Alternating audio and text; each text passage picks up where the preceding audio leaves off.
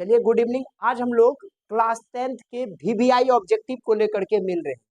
यह ऑब्जेक्टिव आपके एग्जाम के लिए इतना ज्यादा महत्वपूर्ण है जो कि हर बार पूछा जाता है। आप हेडिंग में भी देखिएगा क्या कह रहा है, हिंदी के महत्वपूर्ण ऑब्जेक्टिव प्रश्न जो 10 वर्षों से पूछा जा रहा है। लगातार यह क्वेश्चन पूछा जा रहा है। आप इस वीडियो को जब देखिएगा ना तो आपका हिंदी का सारा क्वेश्चन बनेगा। समझ में आ गया कि नहीं आ गया? कई पार्टों में इसको विभाजित करके रखे हैं, तो आप शुरू कर दीजिए देखने के लिए और अपने दोस्तों को भी इस वीडियो से जोड़िए। जोड़ने के बाद दोनों दोस्त को फायदा होगा। समझ में आ गया कि नहीं आ गया? जरूर जुड़िए और हम एक एक का एक्सप्लेनेशन के साथ आपको सारा बात बताएंगे। समझ में आ गया कि नहीं आ गया? तो चले हम स्टार्ट करते हैं। यदि आप नए होंगे तो जरूर इस चैनल का सदस्य बन जाइएगा और अपने लोगों को सदस्य बनाने का प्रयास कीजिएगा, है ना। दोनों तरफ से जब प्यार मिलेगा तो बहुत उसका फायदा होगा, है ना। यदि हम आपको कुछ दे रहे हैं तो थोड़ा आप भी हमको दीजिए, है ना। आप दीजिएगा क्या? थोड़ा अपना प्यार। प्यार देने में तो कुछ जाएगा नहीं, है ना, तो देते रहिए।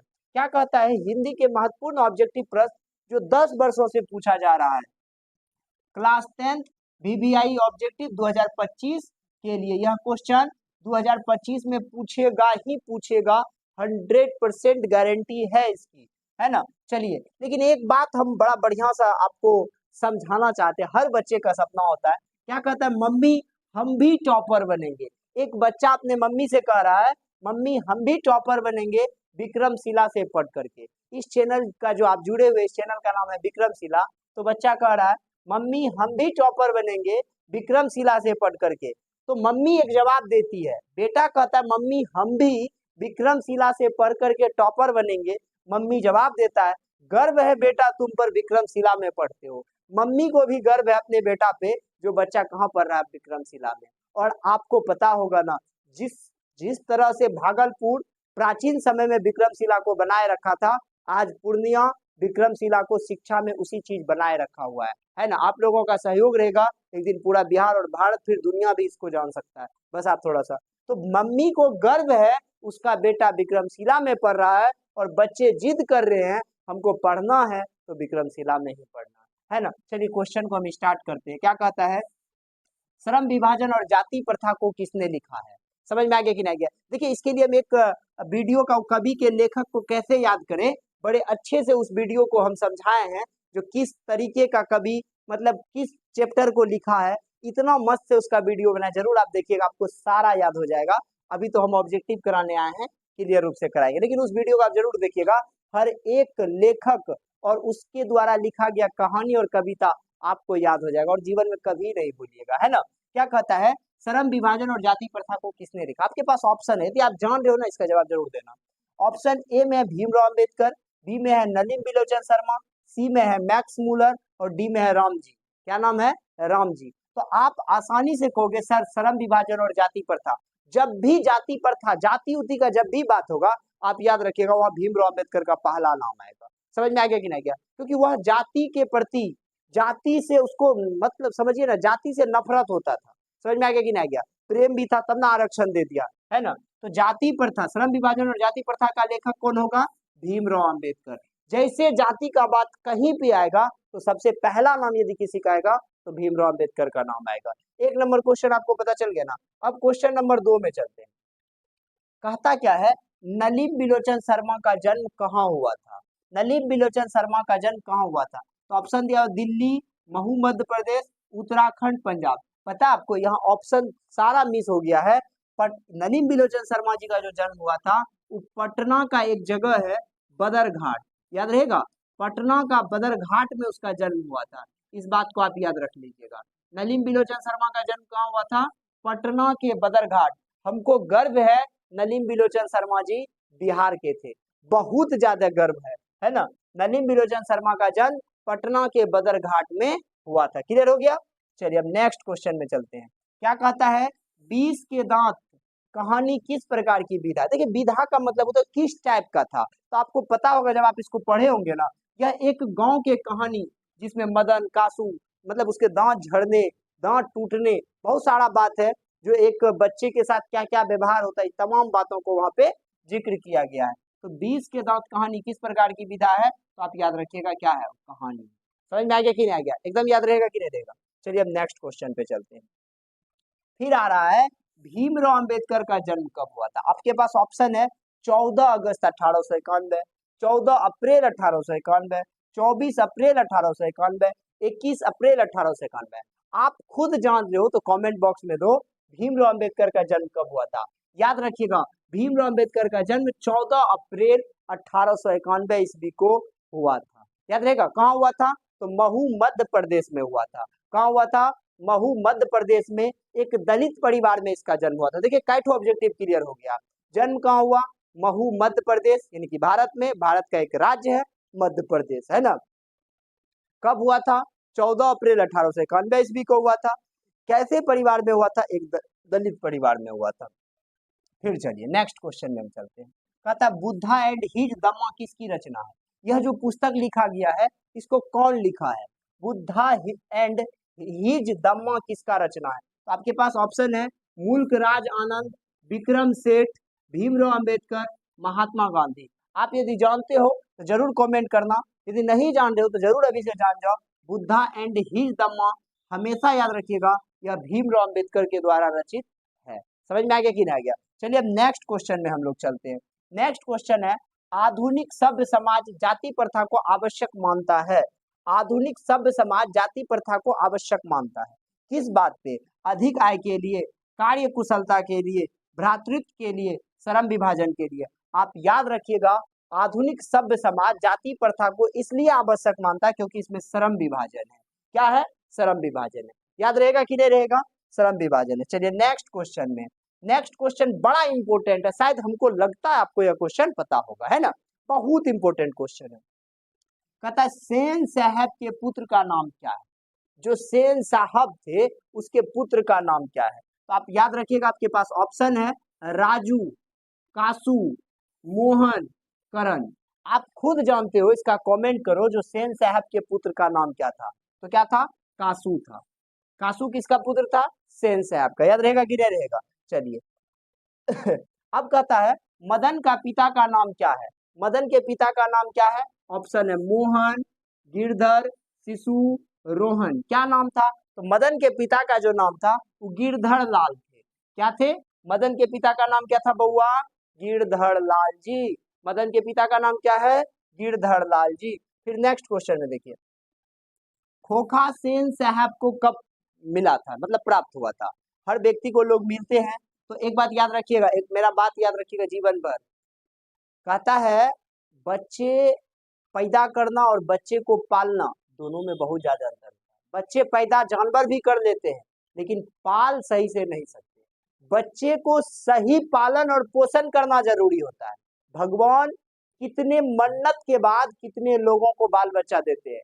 समझ में आ गया कि नहीं गया। बाल बच्चा जन्म दे देना उसको इतना बहुत आसान है, जन्म देना बहुत आसान है, लेकिन पाल पोष करके उसका एक पालन पोषण अच्छे ढंग से करना बहुत मुश्किल होता है। समझ में आ गया कि नहीं आ गया। इसलिए बच्चे को केवल जन्म देना नहीं, बच्चे को पोषण और पालन इतना नैतिकता से होना चाहिए जो बच्चे इतिहास में अपना नाम दर्ज कर पाए। तो केवल जन्म देना आपकी दायित्व नहीं है, उसका पालन पोषण करना भी आप ही का दायित्व है। याद रखिएगा, इन जो बच्चे को जन्म दे दिए, ढेर एकदम पकड़ के दे दिए, क्या कहे, अब समझ रहे हैं आप लोग कितना कहेंगे, अब विशेष समझ लीजिए। खोखा सेन साहब को कब प्राप्त हुआ था, बुढ़ापे में, जवानी में, बचपन में, इनमें से कोई नहीं। तो आप हमेशा याद रखिएगा खोखा बुढ़ापे में उसको प्राप्त हुआ था। कब मिला था बुआ, बुढ़ापा में, बहुत मन्नत मांगा होगा तब जाकर के उसको प्राप्त हुआ था। फिर नेक्स्ट क्वेश्चन है, क्या कहता है भीमराव अंबेडकर का जन्म कहाँ हुआ था। ये क्वेश्चन तो आप आसानी से बताओ क्योंकि अभी तुरंत हम बताए थे उसका जन्म किस परिवार में हुआ, कहाँ पे हुआ, किस तिथि को हुआ। तो आप बताओ भीमराव अंबेडकर का जन्म कहाँ हुआ था, दिल्ली में, महू मध्य प्रदेश, उत्तराखंड, पंजाब। तो आप कहोगे सर महू मध्य प्रदेश में हुआ था, कहोगे कि नहीं कहोगे, मेरे साथ हो या नहीं हो, हाँ एकदम हो, हमको पता है कि नहीं। क्या कहता है सभ्य समाज की आवश्यकता क्या है। अभी भी क्वेश्चन हम पीछे क्लियर कर चुके हैं। सभ्य समाज की आवश्यकता क्या है, जाति प्रथा, श्रम विभाजन, अणुबम सभी। तो याद रखिएगा सभ्य समाज की आवश्यकता है श्रम विभाजन। सभ्य समाज की आवश्यकता क्या है, श्रम विभाजन, इसकी आवश्यकता बहुत ज्यादा है। अब 12 नंबर क्वेश्चन में सेन साहब की कितनी लड़कियां थी? ये भी आप जवाब दोगे क्योंकि चैप्टर में हम लोग बढ़िया से देखे थे। सेन साहब की कितनी लड़कियां? 3, 5, 6, 4। तो उसको 5 ठो बेटी था। सेन साहब को कितना बेटी था बउआ? 5 ठो बेटी था। सेन साहब को कितना बेटी था? 5 ठो। याद रहेगा ना? फिर देखिए नेक्स्ट क्वेश्चन है। ये क्वेश्चन इतना ज्यादा इंपॉर्टेंट है, क्वेश्चन इतना ज्यादा इंपॉर्टेंट है, एग्जामिनर मजबूरी में क्वेश्चन डालवे करता है, इसलिए आज मजबूरी में आप याद भी कर दीजिए इसको। सॉफर शब्द का क्या अर्थ होता है? सभ्यता, संबंध, निर्माता, ड्राइवर। सभ्यता का मतलब होता है जो चीज चलते आ रहा है, ये हमारा। संबंध मतलब होता है एक दूसरे व्यक्ति का रिलेशन। निर्माता मतलब तो कोई चीज का निर्माण करना। ड्राइवर, तो आप याद रखिएगा सॉफर शब्द का जो अर्थ होता है ना वो होता है ड्राइवर। याद रहेगा कि नहीं? सॉफर शब्द का क्या अर्थ होता है बउआ? ड्राइवर। एकदम क्लियर हो गया होगा। अच्छा अच्छा, ये क्वेश्चन तो आप ही लोग बताइएगा। गिरधर लाल कौन है? अभी पीछे यही क्वेश्चन हम करके आए हैं। गिरधर लाल कौन है? कासू का पिता, मदन का पिता, रजनी का पिता, सैफाली का पिता। तो आप आसानी से कहोगे सर गिरधर लाल मदन का पिता। किसका पिता था? मदन का पिता। एकदम याद हो गया होगा। अब चलिए, अब तो एकदम हिलाने वाला क्वेश्चन सब है। अब जो क्वेश्चन है ना वो एकदम हिलाने वाला क्वेश्चन है। हिलाते चलिए। संज्ञा के कितने प्रकार हैं? तो आपको अच्छा से याद होगा। यदि याद नहीं होगा, संज्ञा को हम अच्छे से पढ़ा करके उसका वीडियो डाल दिए, जरूर एक बार पूरा संज्ञा को जाकर के पढ़ लीजिए। हिंदी का क्या कहते हैं प्लेलिस्ट खोलिएगा, वहां आपको संज्ञा मिलेगा, बढ़िया से पढ़ लीजिएगा। तो संज्ञा के कितने प्रकार हैं? तो ऑप्शन है 3, 2, 4, 5। हम थोड़ा सा इसको समझा देते हैं। संज्ञा उसको कहते हैं, हाँ, जिसमें नाम आ जाए। यदि किसी चीज का नाम है तो वह संज्ञा। संज्ञा के मुख्य 5 प्रकार होते हैं। जातिवाचक, व्यक्तिवाचक, भाववाचक, द्रव्यवाचक, समूहवाचक। समूहवाचक को हम लोग एक अलग सा नाम जानते हैं, झुंडवाचक के नाम से। तो संज्ञा के कितने प्रकार हो गए? 5। जातिवाचक, व्यक्तिवाचक, भाववाचक, द्रव्यवाचक और समूहवाचक। अब अच्छा से याद रहेगा संज्ञा के कितने प्रकार है, कभी भूलिएगा। 5 प्रकार। कितना हो गया? 5। याद रहेगा कि नहीं? संज्ञा के कितने प्रकार? 5 प्रकार। चलिए अब देखिए सर्वनाम के कितने प्रकार हैं। तो बस इसके लिए छोटा सा एक ट्रिक आपको याद रखना पड़ेगा। उस ट्रिक का नाम है अनाप शनाप। अनाप शनाप। अब पहले गिन लीजिए, इसमें शब्द कैसे हो गया? एक ओ, नो, प। 3 तो यहाँ गया 100, 9, प। 3 तो 3, 3, 6 प्रकार। अब कौन सा प्रकार आप जानिए? सर्वनाम के कितने? सर्वनाम उसको कहते हैं जो संज्ञा के बदले प्रयोग किया जाता है ना। संज्ञा उसको कहते हैं जो सर्वनाम उसको कहते हैं जो संज्ञा के स्थान पर प्रयोग किया जाता है। अनाप शनाप आपको याद रखना और इसके प्रकार को जान जाना। ओ फॉर अनिश्चयवाचक, नो फॉर निश्चयवाचक, प फॉर पुरुषवाचक, सो फॉर संबंधवाचक, नो फॉर निजवाचक और प फॉर प्रश्नवाचक। तो कितना हो गया? 6 हो गया। ओ, नो, प 3, सो, नो, प 3, 3, 3 हो गया 6। इसलिए सर्वनाम के प्रकार हो गए 6। अनिश्चय, निश्चय, पुरुष, संबंध, निज और प्रश्नवाचक सर्वनाम। क्लियर हो गया होगा। चलिए अब नेक्स्ट क्वेश्चन पे चलते हैं हम लोग। क्या कहता है? संधि में खंड करने की क्रिया क्या कहलाती है? आप अच्छा से याद रखिएगा, इसका भी वीडियो हम डाल दिए संधि पढ़ा करके। आप जरूर जाइए प्ले लिस्ट में और वहां पे संधि को आसानी से पढ़िए। क्या कहता है? संधि में खंड करने की क्रिया क्या कहलाती है? आपको याद रखना पड़ेगा। संधि में खंड करने की क्रिया विच्छेद कहलाती है। क्या कहलाता है? संधि में खंड करने की क्रिया विच्छेद कहलाता है। याद रहेगा। और समास में खंड करने की क्रिया विग्रह कहलाता है। समास का जब बात कहेगा तो उसमें विग्रह होगा, संधि में जब बात कहेगा तो उसमें विच्छेद होगा। तो संधि में खंड करने की क्रिया विच्छेद कहलाती है। संधि में खंड करने की क्रिया क्या कहलाती है? विच्छेद कहलाती है। और समास का यदि बात कहे तो विग्रह। 17 हो गया। अब 18 चलिए। स्वर संधि के कितने प्रकार हैं? तो सबसे पहले जानिए संधि के कितने प्रकार है। संधि के 3 प्रकार। कौन सा? स्वर संधि, व्यंजन संधि और विसर्ग संधि। स्वर संधि, व्यंजन संधि और विसर्ग संधि। और यदि आपको पूछे स्वर संधि के कितने प्रकार है तो 5 प्रकार। दीर्घ संधि, गुण संधि, वृद्धि संधि, यन संधि और आयाति संधि। तो स्वर संधि के कितने प्रकार हो गए बुआ? 5 प्रकार। कितना प्रकार? 5 प्रकार। संधि के कितने प्रकार? 3 प्रकार। याद रहेगा कि नहीं रहेगा? चलिए अब नेक्स्ट क्वेश्चन पे चलते हैं। कहता है अपमान का विलोम क्या होगा? जो अपमान शब्द होता है ना, जैसे कोई ने कहता है आज हम उसके यहाँ गए, हमको अपमानित कर दिया, कितना खराब लगा। और नहीं कहता है सम्मान बहुत मेहनत से मिलता है, अपमान सेकेंड में मिल जाता है, बुराई प्रचार हो जाता है अच्छाई के लिए, प्रचार करने के बाद भी दिक्कत होता है। याद रखिएगा, गलत काम अपने आप हो जाता है, अच्छा काम करने के लिए जाना पड़ता है या नहीं? गाली सीखने के लिए आप कौन सा यूनिवर्सिटी गए हैं?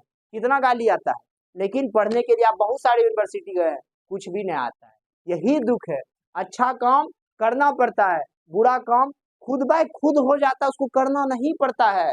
समझ में आ गया ना? हाथ पकड़ पकड़ करके लोग बुरा काम करवा देता है, अपने हो जाता, हम लोग कुछ नहीं करते।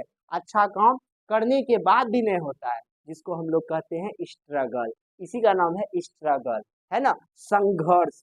और याद रखिएगा, संघर्ष में लोग अकेले होते हैं, सफलता में दुनिया साथ होती है। आपको जीवन भर संघर्ष करना है, संघर्ष का जीवन चुनना है, ना कि आपको क्या कहते हैं संघर्ष, हमेशा जीवन में संघर्ष को चुनना है। जब भी आपको कोई पूछे क्या चुनना है, आप कहिएगा संघर्ष, बहुत मजा आता है। तो अपमान, अपमान आप समझ गए ना, बेइज्जत करना। अपमान का क्या होगा? यदि आपको कोई इज्जत दे रहा है, यानी कि सम्मान, अपमान का विलोम क्या हो जाएगा बउआ? सम्मान। समझ में आ गया ना? अपमान मतलब बेइज्जत करना। क्लियर? अब देखिए, अब लास्ट क्वेश्चन है आज हम लोगों का, लास्ट क्वेश्चन, इसको फास्ट तरीके से करते हैं। आयात का मतलब क्या होता है? देखिए, वो आयात का मतलब है लाना, तब भेजना होगा, तो भेजना का मतलब होता है निर्यात। आयात मतलब हो गया लाना और निर्यात मतलब हो गया भेजना। पाकिस्तान से 4 गो आतंकवादी को लाए हैं, मतलब आयात हुआ है, तो 4 गो यहाँ से सेना को भेजेंगे तो निर्यात हो जाएगा, उधर से लाए हैं तो आयात हो गया। समझ में आ गया कि नहीं? चलिए, आज का एक लाइन है, बहुत अच्छा लाइन है, इसको आप जीवन भर याद रखिएगा, कभी भूलने का प्रयास नहीं कीजिएगा। किसी इंसान की बुराई को उजागर करना आम लोगों की पहचान, किसी इंसान की बुराई को उजागर करना आम लोगों की पहचान, पर बुराइयों में अच्छाई खोजना खास लोगों की पहचान है। आप मेरा एक बात याद रखिएगा, जीवन में कभी भी किसी आदमी में बुराई को नहीं देखना है। हर एक व्यक्ति जो शराब पीता है ना, जो मांस मदिरा का सेवन करता है, उसमें भी अच्छा गुण होता है। आपको बुराई छोड़ करके उससे अच्छाई को लेना है। हर आदमी आपके यूज का है, आप जानो इसको, आप इसको समझो, समझना पड़ेगा आपको। हर एक आदमी आपके काम का है ना? जीवन में आपको किसी से भी नफरत की जिंदगी नहीं जीना। लोग कर रहे हैं, बढ़िया बात है, हमको नहीं करना।